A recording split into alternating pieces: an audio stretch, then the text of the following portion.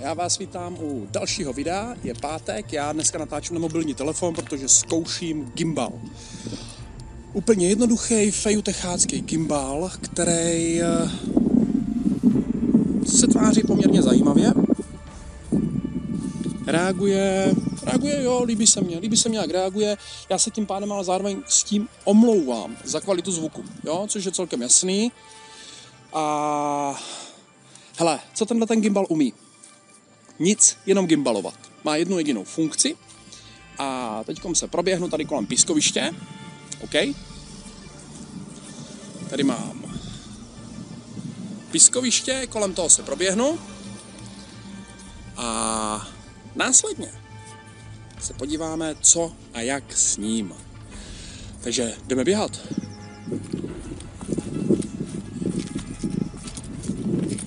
Vypadá super.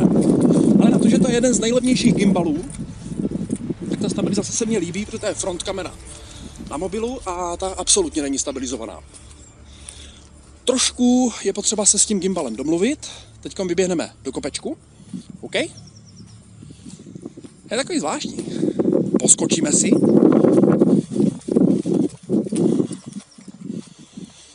Líbí se mně to. Hele, za ty prachy strašně jednoduchý gimbal. To $100. Což je fantastická cena. Hele, jediný, co má, je zapnout, vypnout, vzít fotku, nastavit zoom při spojení s aplikací. A natočení os. Je to 3-osej stabilizátor, takže můžu ho posunout takhle doleva doprava. Jmenuje se Wimble. OK, nahoru dolů. Zkusíme ho otočit komplet.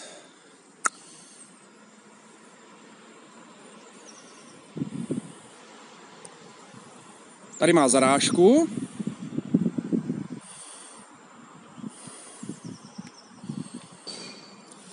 Není to špatný. Ještě natočení do plného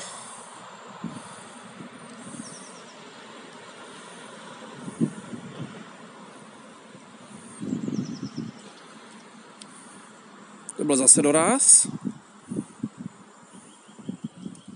Na druhou stranu.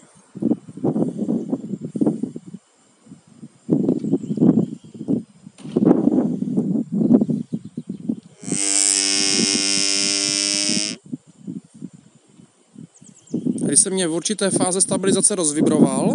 Tak. A toto je zase max. To znamená, že úplně ne všechny úhly stabilizace mu dělají dobře. To je přesně ono. Jdete zpátky do obrazu. Budeme stát se slunkem, jak se stát má při natáčení, ne proti slunku, jak nejsme černí, jak předimenzovaná, přesvícená bestie. Každopádně, hele, drží se dobře, má takovou hrušku, rychlost, když se budu otáčet. Jo, dokáže se přizpůsobit rychle, dokáže se s tím srovnat. Což vůbec není špatný, když to budu dávat nahoru dolů. Jo, už se nechal zmást, jo. Po několikátým otočení už se nechal zmást. Takže asi tak zase na mě lidi koukají jak na blázna. Zkouším, hele. Když si poskočím, to je jak zase ze mě. Tady ten záběr se mě vždycky líbí úplně nejvíc, protože u toho člověk vypadá jak absolutní šašek. Takže jsem se rozhodil absolutně. Jo, dobrý. Všechno jde doštelovat, všechno jde donastavit, akorát mě mrzí, že třeba nemá nastavení, jak řekněme, ten Juyan, ten měl nastavení pro různé natočení, pro různé režimy a tak dále. Tohle toto je fakt strašná jednoduchost, maximální jednoduchost, maximum simplicity, jednoduchý, rychlý ovládání, počítat s tím. Těch nastavení tam jako opravdu moc není. Samozřejmě potom přes kalibraci přes mobil nějaká, tak to je ono, kalibrace přes mobil a další takovéhle věci. Rozhodně to je věc, která nás už úplně moc nezajímá teďka. Mě jde o to základní zhodnocení toho gimbalu a tady se chová super. Jdeme se běhnout. Mně se líbí to stabilizované prostředí. Jo, že prostě na mě je vidět, že se hýbu, ale všechno kolem je statický. Což je paráda. Gimbal funguje velmi dobře. My za chvilku přejdeme na klasickou kameru, podíváme se, jak je to zapojený, podíváme se, jak se jmenuje software na ovládání tohohle gimbalu, aby šel když tak skalibrovat a podobně. Každopádně důležitý upozornění s gimbalem. Nikdy nezapínat gimbal, když v něm nic nemám. Nezatížený gimbal nezapínat, OK? Další důležitý upozornění, bacha na motory. Jo? Buďte opatrní na ty motory, je to jemná, sice v kovu usazená technika, ale přesto všechno buďte na to opatrní. A to je čau. A to je chyba tohohle gimbalu. Nemá pouzdro. Je strašně levnej, ale celkově to na mě působí robustně, to se ještě podíváme, ale nemá pouzdro, což mě trošku irituje. Jo? A spíš mě to jakože mrzí. Protože musím to prostě nějak hlídat, takže nějaký pytel na to, ideálně něčím vyslaný, když to budu transportovat, ať nepoškodím žádný motor, ať to nerozstřelím, ať tomu nedám nějak extrémně zabrat. Ale jinak teda, když koukám já na obraz teďka, jak jdu, to se nehne. Jde tomu věřit, za ty prachy docela paráda. Za ty prachy takhle. Hele, $90 nebo 90, ne, tak nějak, jo, prostě. Pohoda, fantazie, výborný. Ten hruškový handle, já jsem se mu strašně smál, ale je příjemný do ruky. No, je takový masivní, macatej a nemám s tím vůbec problém. Teď to postavím na auto. Je absolutní pohoda prostě, jo. Teď stojí gimbal na autě. Fakt ta základna je úplně masňácká, jakože veliká. Obrovská baterie v tom, nabíjení mikro USBčkem. Jde použít jako... Nejde použít jako powerbanka, což až tak nevadí. Každopádně vydrží strašně dlouho na jedno nabití. Myslím, že 8 hodin nebo 10 hodin provozu v kuse. Tak asi nejsem úplně jistý, nedívám se na technické data. Jo? Fakt to hlavně zkouší. Tady jde o toto vyzkoušet. A když tak říct, doporučuju.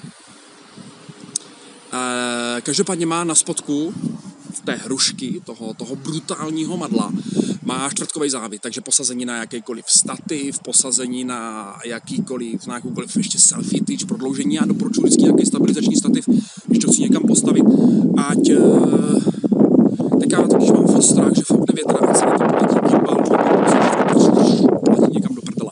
Co se mně ještě na tom gimbalu nelíbí, ale v rámci toho, že je to levný gimbal, je to celkem jasný, je, že nemá natočitelný stavitelný uchycení mobilu. Stejně jako ten žujan, který mám doma, když ho držím a otočím ho, tak on prostě ten mobil si natočí do druhé pozice. Tenhle ten to neudělá. Když ho chytnu a budu ho chtít otočit, tak nic. Z druhé strany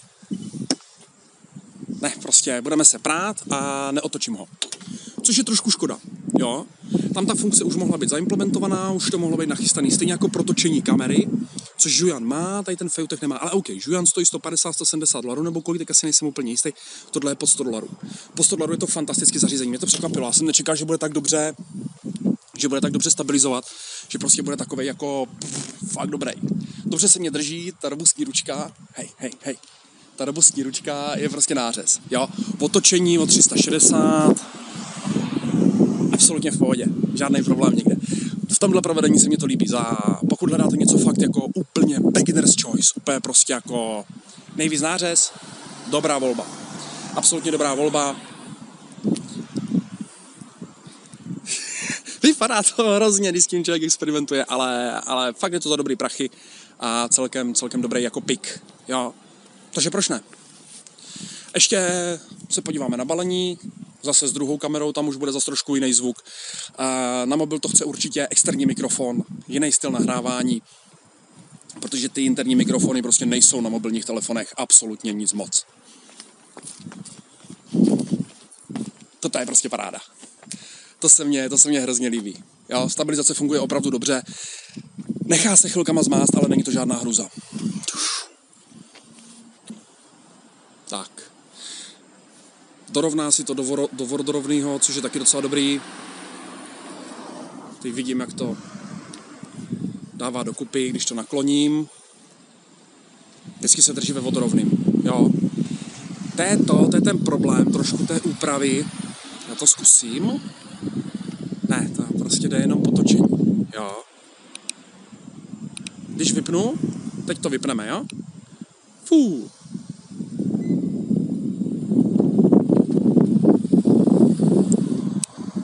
A je to.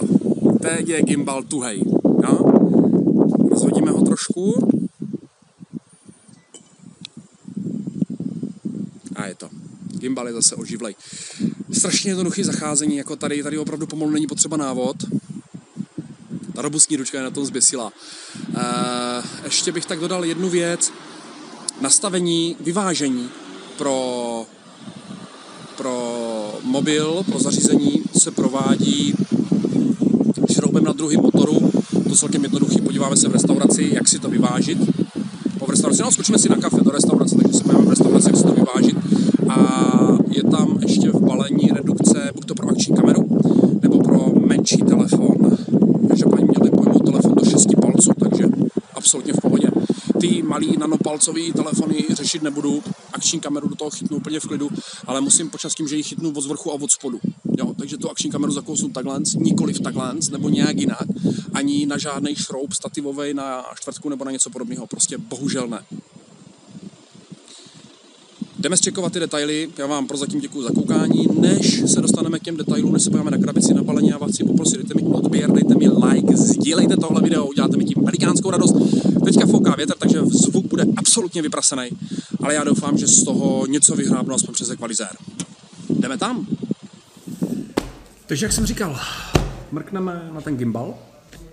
Já teď sedím v Pevi, v restauraci, dávám si kafe. A gimbal je v jednoduché krabici, Fejutech, Wimble, k 10. výročí speciální edice Wimblu. Jak teda vypadá, jak je zabalený, co v tom je. Záruka, upozornění, záruční karty, jasně. Mikro USBčko k nabíjení, k updateům, jasně. Ovládání přes počítač, jo? Ještě než vytáhnu gimbal, tady jsou redukce na akční kameru a podobně, je to měkká pěnovka, hned si ukážeme, jak na to. Tady je usazený gimbal samotný.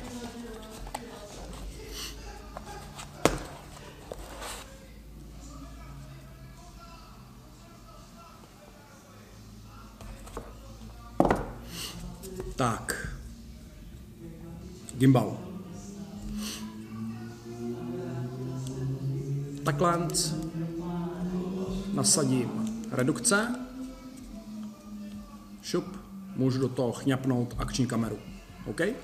Když do toho budu chytit cokoliv, nezapínat gimbal, když je vypnutý, když je bez zátěže. Takže první něco nasadím. Ujistím se, že to sedí, jak to sedět má. Následně gimbal vyvážím. Špatně. Jo? Povolím šroub. Moc. Moc. Moc. Akorát. Jo? A jdu zapnout gimbal.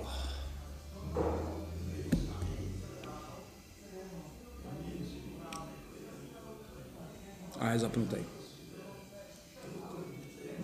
A můžu stabilizovat, fungovat, pracovat s gimbalem. Co mě vybil? OK, vybitej. Jo, základ tam byl. Jinak tady je indikace. Jo. Zabliká červeně vybitý, takže jsme vybití. Smůla. Jo. Druhá indikace samozřejmě vybití gimbalu je mrtvej. Tady se můžeme podívat na to otáčení os.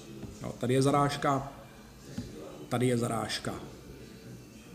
Tady je to jasný, tady je fyzické omezení v samotném telefonu. Zarážka nahoru, zarážka dolů.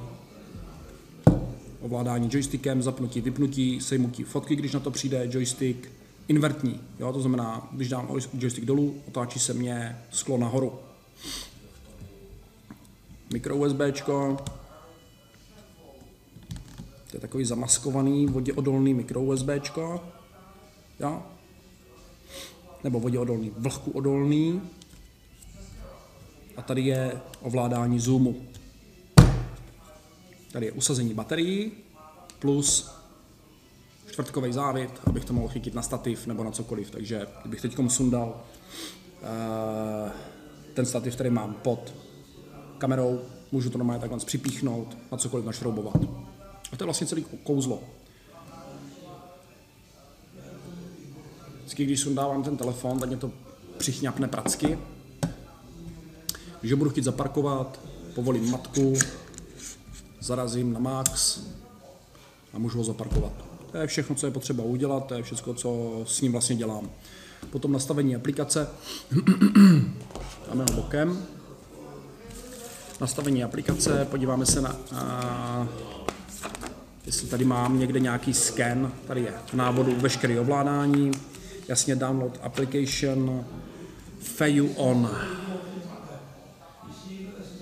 Tak, aplikace FEU on, OK, nainstaluju, vytvořím si účet, spojím se, můžu kalibrovat, můžu updateovat, můžu dělat kde co, můžu ovládat, jo, po spojení v rámci Bluetoothu. Tady jsou potom vypsány i osy, maximální naklonění a tak dále. Co nás ještě zajímá je mikro USBčko, updaty, jasně, nabíjení.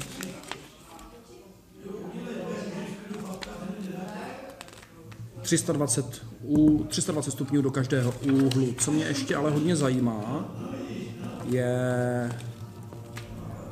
taková specifická věc a to jsou kapacita baterie.